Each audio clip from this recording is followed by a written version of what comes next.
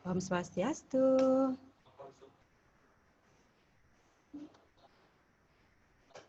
Selamat pagi.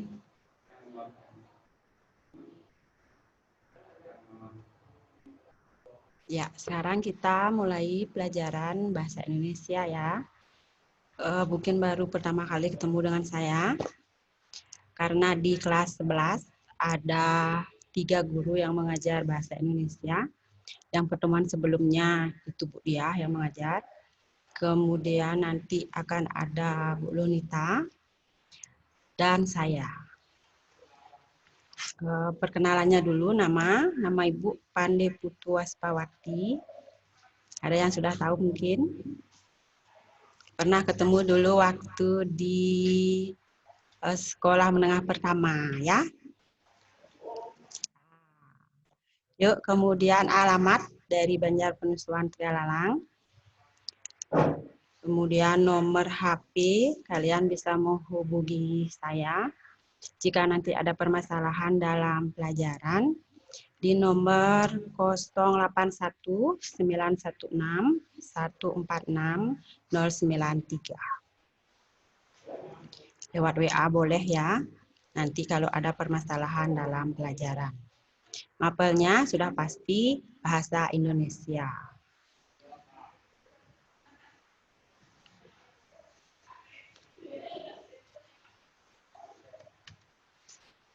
Ya, yuk lanjut. Nah, di pelajaran kali ini kita akan belajar tentang teks eksplanasi. Masih ingat tentang teks eksplanasi? Kita dulu belajarnya waktu SMP, kalian di kelas 8. Ada yang masih ingat?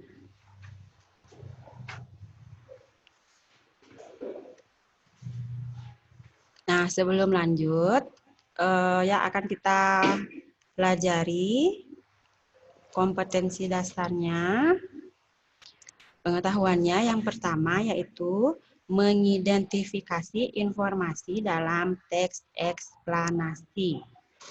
Jadi nanti diharapkan kalian dapat menentukan informasi apa yang ada dalam sebuah teks eksplanasi. Nah, kemudian keterampilannya yaitu mengonstruksi informasi dalam teks eksplanasi. Dalam mengonstruksi ini nanti diharapkan kalian mampu membuat sebuah informasi sesuai dengan teks namun dengan bahasa kalian sendiri. Dah, sampai sana. Lanjut. Pengetahuan berikutnya KD 3.4 yaitu menganalisis struktur dan kebahasaan teks eksplanasi. Itu menentukan struktur dan kebahasaan dari teks eksplanasi. Sudah tidak asing lagi kan apa itu struktur teks, apa itu kebahasaan teks. Ini sudah kalian pelajari waktu di SMP juga. Strukturnya ada berapa, seperti apa, kebahasaannya apa saja. Itu nanti kita lanjut dan ulang lagi. Lanjut, keterampilan berikutnya yaitu memproduksi teks eksplanasi. Setelah mampu mengidentifikasi informasi, kemudian mengonstruksi informasi, menganalisis struktur dan kebahasaannya, kalian diharapkan mampu membuat sebuah teks eksplanasi. Itu ya. Sampai sana. Ya, yuk lanjut. Nah, sekarang pertanyaannya, apa itu teks eksplanasi? Nah, nih. Ya, teks eksplanasi adalah teks yang berisi deskripsi dan proses-proses yang berhubungan dengan fenomena alam dan fenomena sosial.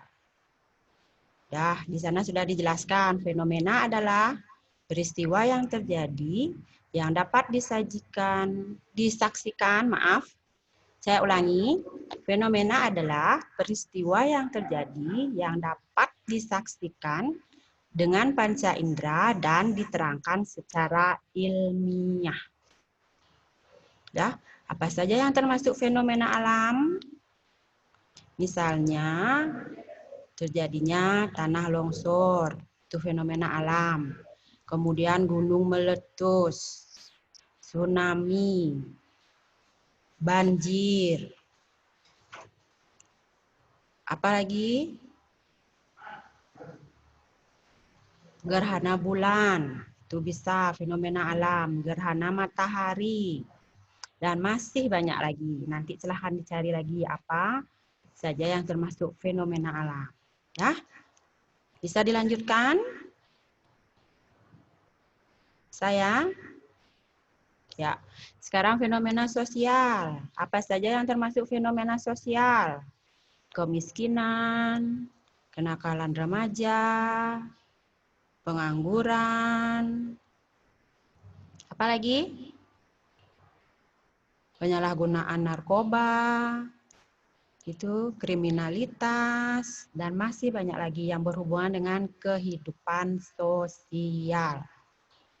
Itu penjelasan tentang teks eksplanasi. Ada pertanyaan? Pengertiannya sampai di sana? Dilanjut ya. Nah, apa tujuan teks eksplanasi? Tujuan teks eksplanasi adalah untuk memberikan penjelasan dan informasi kepada pembaca tentang suatu fenomena tersebut dapat terjadi. Jadi memberikan penjelasan dan informasi bagaimana sebuah fenomena dapat terjadi, baik itu fenomena alam maupun fenomena sosial. Bisa dipahami ya, hanya memberikan informasi dan penjelasan tentang fenomena yang terjadi atau fenomena yang akan dibahas. Tuh.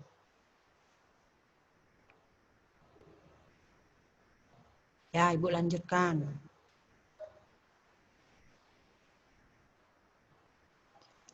Nah, teks eksplanasi itu termasuk jenis teks apa? Nah, teks eksplanasi termasuk jenis teks non-fiksi. Masih ingat apa non-fiksi? Non-fiksi itu bukan hayalan, bukan rekayasa. Kalau hayalan atau rekayasa itu namanya fiksi. Kalau eksplanasi itu non-fiksi.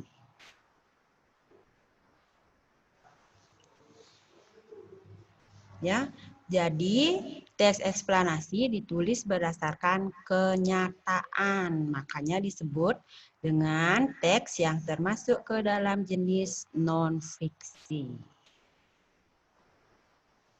Ya, bagi yang mencatat sampai di sana ya, ada pengertian, kemudian tujuan, dan termasuk ke dalam jenis teks apa. Ya, Bu lanjutkan.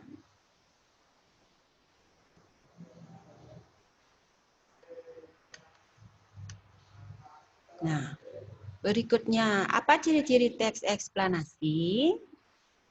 Ada yang ingat ciri-ciri teks eksplanasi waktu di SMP? Kelas 8. Udah lama ya? Ya, yuk. Ciri-cirinya. 1. Menjelaskan satu peristiwa atau fenomena. Tadi sudah dijelaskan peristiwa atau fenomena itu apa.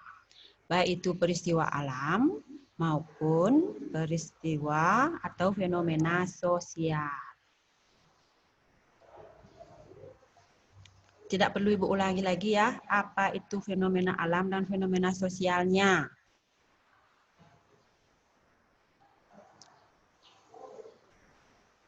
Ada yang ngantuk, silahkan minum dulu ya.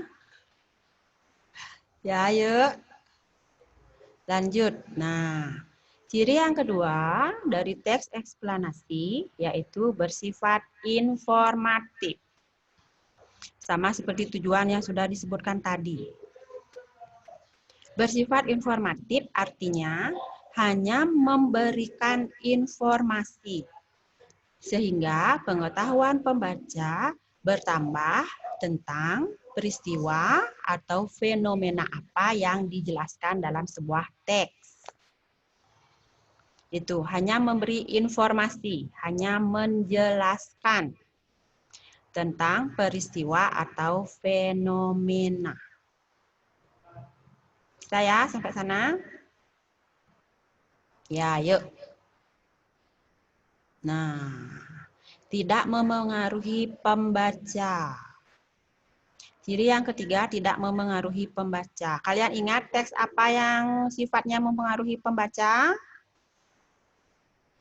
Per apa namanya? Persuasi. Ya. Kalau ini sifatnya tidak mempengaruhi. Mengapa tidak mempengaruhi? Karena hanya memberikan informasi. Tidak menyuruh pembaca melakukan sesuatu. Tidak menyuruh pembaca untuk melakukan hal-hal yang diinginkan penulis. Karena hanya memberikan informasi, menambah pengetahuan.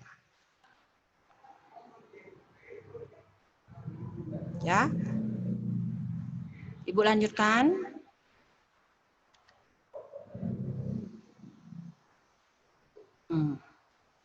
Yang keempat yaitu membuat informasi yang sesungguhnya atau fakta. Tuh, ini hubungannya dengan yang tadi disebutkan bahwa teks eksplanasi itu adalah teks yang termasuk jenis teks non-fiksi. Mengapa non-fiksi? Karena membuat informasi yang sesungguhnya atau fakta. Apa itu fakta? Bisa dijelaskan di sana. Segala sesuatu yang tertangkap indera manusia dan menjadi suatu kenyataan. Diulangi ya. Segala sesuatu yang tertangkap indera manusia dan menjadi suatu kenyataan. Bisa dijawab dengan pertanyaan 5W1H. 5W, masih ingat itu? Misalnya hari ini kita belajar bahasa Indonesia. Siapa guru pengajarnya? Siapa pertanyaannya? Jawabannya Bu Waspawati. Nah, kemudian jam berapa mulai pembelajaran? Tuh fakta. Siapa siswanya? Apa materi yang diajarkan? Itu ya. Ini gampang sekali bahasa Indonesia ya. Ayo. Selanjutnya, informasi yang disampaikan bersifat keilmuan. Itu mengandung satu bidang ilmu tertentu. Misalnya yang dibahas tentang gunung meletus. Itu berarti ilmunya berhubungan dengan keilmuan di bidang itu. Itu ya. Yang berhubungan dengan gunung meletus ada erupsi nanti istilahnya. Ada letusan dan lain sebagainya. Itu. Bisa dipahami sampai di sana? Silahkan beri anggukan ya. Iya. Berarti ada 5 ciri dari teks eksplanasi. Ibu ulangi sekali lagi. Yang pertama, menjelaskan satu peristiwa atau fenomena. Yang kedua, bersifat informatif. Yang ketiga, tidak memengaruhi pembaca. Yang keempat, membuat informasi yang sesungguhnya atau fakta. Dan yang terakhir, informasi yang disampaikan bersifat keilmuan. Bu lanjutkan.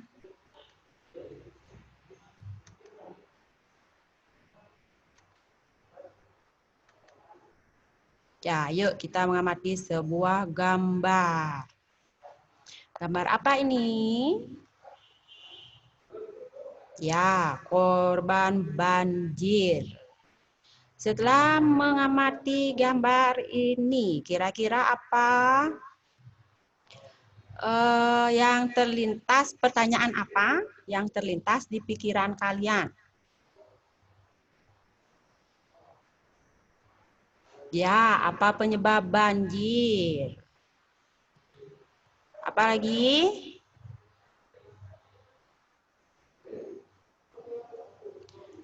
Akibat yang ditimbulkan oleh banjir. Penyebabnya, akibatnya, sama dengan dampaknya. Kemudian, kalau pengertian banjir masuk nggak? Masuk. Kita harus tahu dulu apa itu banjir. Baru kemudian apa penyebabnya, apa dampaknya. Ya, ada yang kurang? Apa pengertian banjir? Satu. Yang kedua, apa penyebab banjir? Setelah mengamati gambar itu.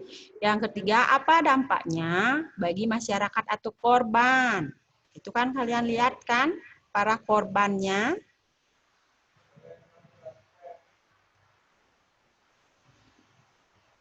Yuk, apa lagi? Lagi satu yaitu proses. Bagaimana proses terjadinya banjir. Itu. Berarti satu pertanyaan pertama, apa pengertian? Berarti apa itu banjir? Ya. Kedua, apa penyebabnya? Setelah penyebab, bagaimana prosesnya? Setelah itu, bagaimana dampak atau akibat yang ditimbulkan? Itu. Nanti ya yang akan kita pelajari tentang teks eksplanasi. Ini fenomena banjir berarti berhubungan dengan fenomena apa? Alam, ya. Sambil membangunkan ingatan kalian tentang pelajaran dulu di kelas 8. Ya. Ya, yuk. Setelah mengamati, nih kita akan belajar tentang struktur teks. Nah, masih sama ya strukturnya seperti yang kalian pelajari dulu di kelas 8, hanya di teks yang akan kita pelajari nanti di kelas 11 itu lebih mendalam isinya. Itu. Struktur yang pertama yaitu pernyataan umum. Apa isinya pernyataan umum? Bagian awal yang berisi gambaran umum tentang suatu fenomena. Seperti yang tadi kalian amati gambar banjir itu. Kan pertanyaan yang pertama muncul adalah apa pengertian banjir? Atau apa itu banjir? Nah, masuk ke sini dia. Masuk ke pernyataan umum. Mengapa masuk ke pernyataan umum? Karena hanya akan memberikan gambaran umum. Secara umum, banjir adalah meluapnya air. Itu, ya. Berarti nanti apapun yang dibahas di bagian pertama, pasti gambaran umum yang dijelaskan. Entah itu fenomena sosial, entah itu fenomena alam. Sama seperti yang tadi, kalau banjir berarti pengertian banjir. Kalau kemiskinan berarti apa itu kemiskinan. Ya, kalau tanah longsor, apa itu tanah longsor? Berarti yang dijelaskan di sini adalah pengertian dari suatu fenomena atau peristiwa yang akan dijelaskan dalam sebuah teks. Sampai di sana mengerti? Kita akan berikan anggukannya. Ya. Yang kedua, proses atau deretan penjelas. Pada bagian ini berisi tentang proses sekaligus hubungan sebab akibat dari aspek atau peristiwa yang dijelaskan. Ibu kembali lagi ke banjirnya. Pertanyaan yang kedua muncul tadi saat mengamati gambar adalah bagaimana proses terjadinya banjir. Ya kan? Ya, berarti itu urutan prosesnya. Menjawab pertanyaan bagaimana. Kemudian, deretan penjelas. Nih, deretan penjelas itu berhubungan dengan sebab akibat dari aspek atau peristiwa yang dijelaskan. Berarti sesuai dengan pertanyaan dengan gambar yang kalian amati tadi, itu berhubungan dengan apa penyebab banjir, kemudian apa akibat yang ditimbulkan bagi korban banjir. Itu kan kalau dihubungkan ke gambar yang kita amati tadi. Ya. Terus 1-2 bisa dipahami? Bisa. Yuk ke nomor 3. Struktur yang ketiga yaitu interpretasi. Ini banyak istilahnya ya. Bisa disebut dengan interpretasi, bukan interpretasi, tapi interpretasi. Bisa disebut dengan penutup, bisa disebut dengan simpulan. Struktur yang ketiga ini boleh ada, boleh tidak. Itu tergantung nanti penulisnya mau memberikan simpulan atau tidak berkaitan dengan proses fenomena yang dijelaskan. Nah, simpulan ini, penutup atau interpretasi bisa berupa mengulang apa yang sudah disebutkan di bagian proses atau deretan penjelasnya. Itu ya. Atau nanti misalnya tadi kita membahas tentang banjir.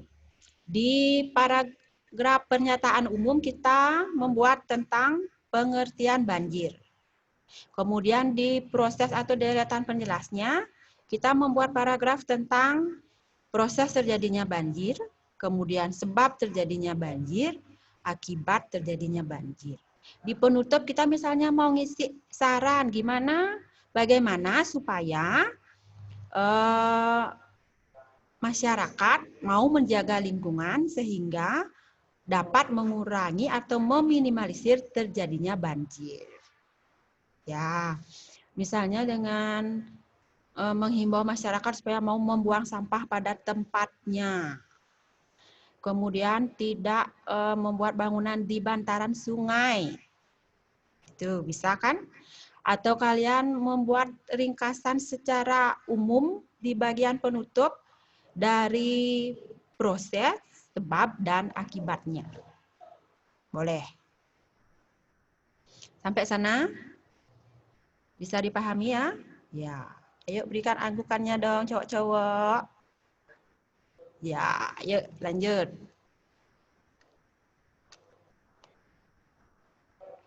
Nah, pengertian tadi sudah, ciri-cirinya sudah, struktur juga sudah dipahami. Berarti gampang banget ya bahasa Indonesia, tinggal mengulang apa yang sudah kita pelajari dulu. Ya, yuk sekarang kita ke kaidah kebahasaan. Hampir semua teks yang kita pelajari dari SD, SMP, bahkan sekarang SMA, sama yang akan kita pelajari poin-poinnya, yaitu sekarang kaidah kebahasaan. Apa saja kaidah kebahasaan teks eksplanasi? Ini ya, yang pertama, penggunaan istilah. Apa itu istilah? Istilah adalah kata atau gabungan kata yang mengungkapkan suatu makna, proses, keadaan, atau sifat khas dalam bidang tertentu. Tuh, ini berkaitan dengan teks yang nanti akan dibahas.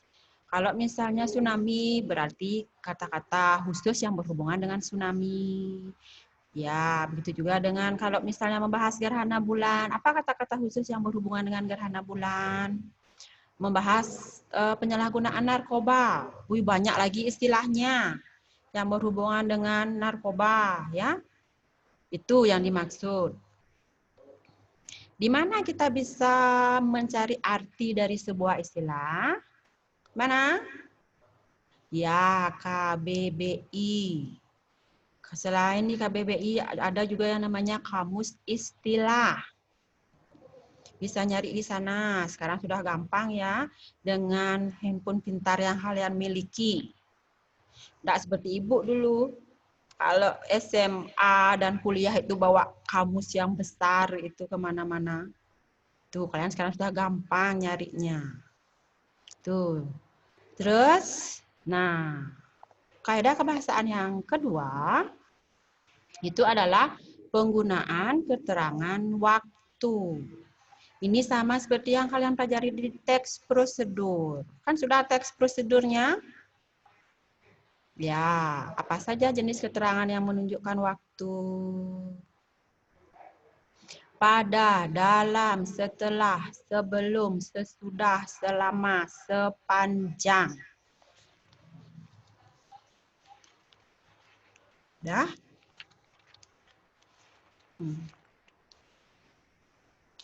Misalnya dimasukkan ke dalam kalimat kata setelah.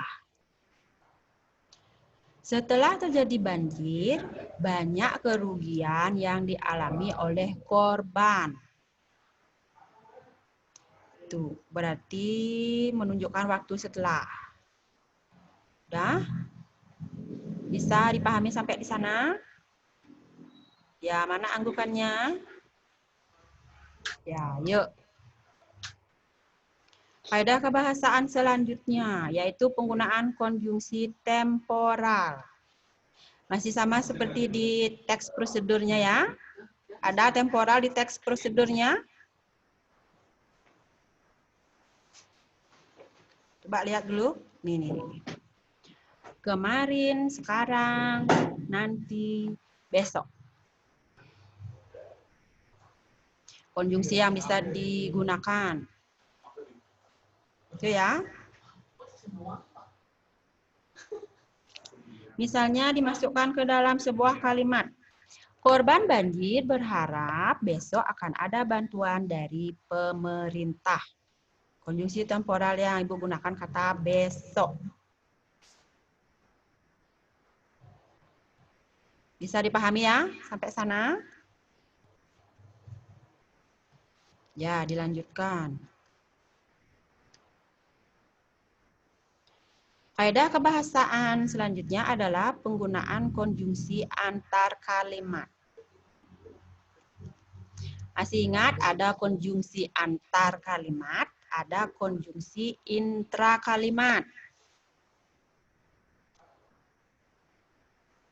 Masih ingat tentang penggunaannya?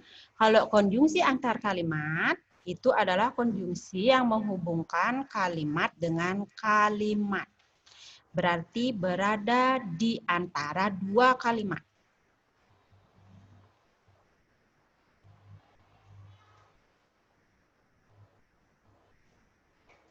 Yang intra kalimat Ibu contohkan ya, yang intra dulu. Hari ini Ibu pergi ke pasar membeli gula, sayuran, daging, dan buah-buahan. Konjungsi dan berada dalam satu buah kalimat. Itu namanya intra. Sekarang yang kita pelajari antar kalimat. Nah, apa saja konjungsi antar kalimat yang digunakan dalam teks eksplanasi? Yang pertama adalah konjungsi antar kalimat pertentangan. Apa saja yang termasuk? Ini padahal sudah dipakai terus-menerus, tapi masih aja lupa pasti ya. Ya, karena saking banyaknya jenis konjungsi. Ya, diantaranya konjungsi antar kalimat pertentangan. Ada akan tetapi, biarpun demikian, sekalipun demikian, walaupun demikian, meskipun demikian, dan sesungguhnya demikian. Ya. Penggunaannya berada dalam dua buah kalimat. Lihat contohnya. Penggunaannya masih aman dikonsumsi. Meskipun demikian, masih perlu pengawasan. Nah, lihat contohnya. Kalimat 1, penggunaannya masih aman dikonsumsi. Kemudian ada konjungsi antar kalimatnya. Apa kata konjungsi antar kalimat pertentangannya yang digunakan? Ya, meskipun demikian, dilanjutkan dengan kalimat di belakangnya masih perlu pengawasan. Itu maksudnya ya, konjungsi antar kalimat. Bisa dipahami? Ya. Konjungsi antar kalimat yang kedua. Nih. Konjungsi antar kalimat waktu. Kemudian, sesudah itu, sebelum itu, dan selanjutnya. Penggunaannya masih sama di antara dua kalimat. Contohnya, partikel uap air akan terkena sinar matahari, kemudian memantulkan cahaya dalam berbagai warna. Penggunaannya masih tetap sama ya. Atau diganti, partikel uap air akan terkena sinar matahari, selanjutnya memantulkan cahaya dalam berbagai warna. Pakai sesudah itu boleh enggak, Bu? Boleh. Partikel uap air akan terkena sinar matahari, sesudah itu memantulkan cahaya dalam berbagai warna. Bisa dipahami ya? Yang jelas yang harus diingat adalah konjungsi yang termasuk ke dalam itu apa. Ayo 4. Konjungsi antar kalimat pembalikan. Katanya cuma satu yang digunakan, yaitu sebaliknya. Kebalikan dari apa yang sudah disebutkan di kalimat pertama. Contohnya, pencuri itu tidak mengindahkan tembakan peringatan. Sebaliknya, dia melawan polisi menggunakan sebuah parang. Bisa dipahami kalimat ini? Ya, yuk kedua. Pemerintah memasang larangan membuang sampah di sungai itu. Sebaliknya, masyarakat tetap saja membuang sampah di sana dan tidak menghiraukan larangan tersebut. Sudah? Bisa dipahami sampai sana ya? Yuk, masih ada 4 lagi sampai 8 untuk konjungsi antar kalimat keadaan. Yang nomor 5 yaitu konjungsi antar kalimat keadaan. Konjungsi yang digunakan yaitu sesungguhnya dan sebenarnya. Kalimatnya, walaupun dia belum beruntung, sebenarnya ia sudah mempersiapkan dengan sungguh-sungguh. Keberuntungan tidak berpihak kepadanya, tapi keadaan yang sebenarnya adalah bahwa dia sudah mempersiapkan sesuatunya dengan sungguh-sungguh. Gampang ya? Ya, yuk nomor 6. Konjungsi antar kalimat penguatan. Konjungsi yang digunakan adalah malahan dan bahkan. Gimana contoh kalimatnya? Fenomena tersebut tidak terjadi setiap waktu. Bahkan berpuluh-puluh tahun hanya terjadi satu kali itu penguatannya. Tidak terjadi setiap waktu. Dikuatkan lagi dengan pernyataan berpuluh-puluh tahun hanya terjadi satu kali. Malahan berpuluh-puluh tahun hanya terjadi satu kali. Yang manapun boleh dipakai atau digunakan konjungsinya. Ya, lanjut. Nih, konjungsi antar kalimat konsekuensi dengan demikian. Kata yang dipakai sebagai kata penghubungnya. Contoh kalimat, isi buku itu cocok dijadikan referensi karena pembahasannya yang lengkap. Dengan demikian, pembaca lebih bisa memahami maksud penulis. Dengan lengkapnya pembahasan berarti pembaca lebih mudah memahami. Itu maksudnya ya. Konsekuensi. Bisa dipahami? Ya, anggukannya. Ya. Ini terakhir. Konjungsi antar kalimat akibat. Akibat berarti masih ingat kan konjungsinya oleh karena itu dan oleh sebab itu. Atau pakai karena atau pakai sebab. Itu ya. Contoh kalimatnya, kemiskinan berhubungan dengan masalah kesejahteraan masyarakat. Oleh karena itu, kemiskinan sudah menjadi masalah global. Bisa dipahami, kemiskinan berhubungan dengan masalah kesejahteraan. Kesejahteraan. Dah? Bisa dipahami ya? Ya.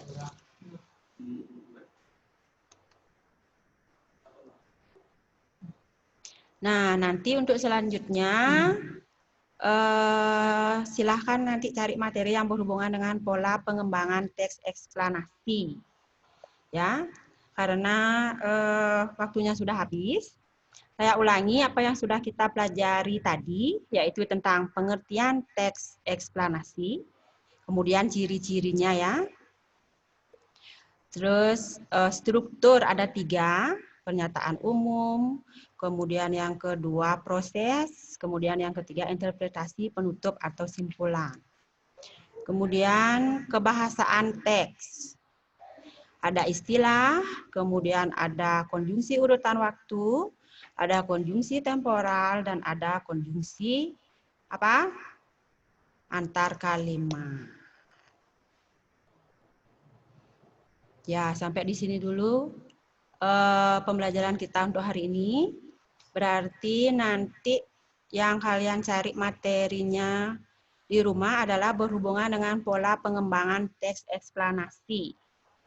Dan bagaimana cara atau langkah-langkah dalam menulis teks eksplanasi.